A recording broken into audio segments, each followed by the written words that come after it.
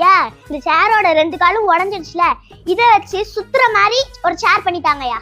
சரியா, பண்ணி தரையா, நாளைக்கு பண்ணி தரையா. The next day.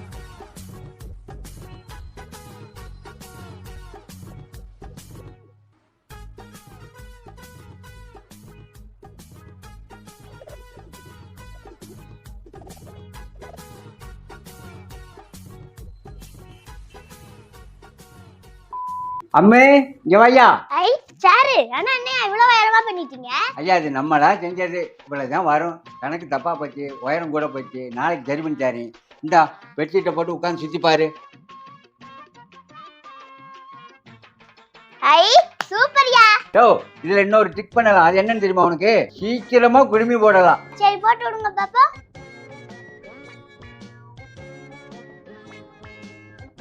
யோ ரொம்ப அம்சமா இருக்கியா.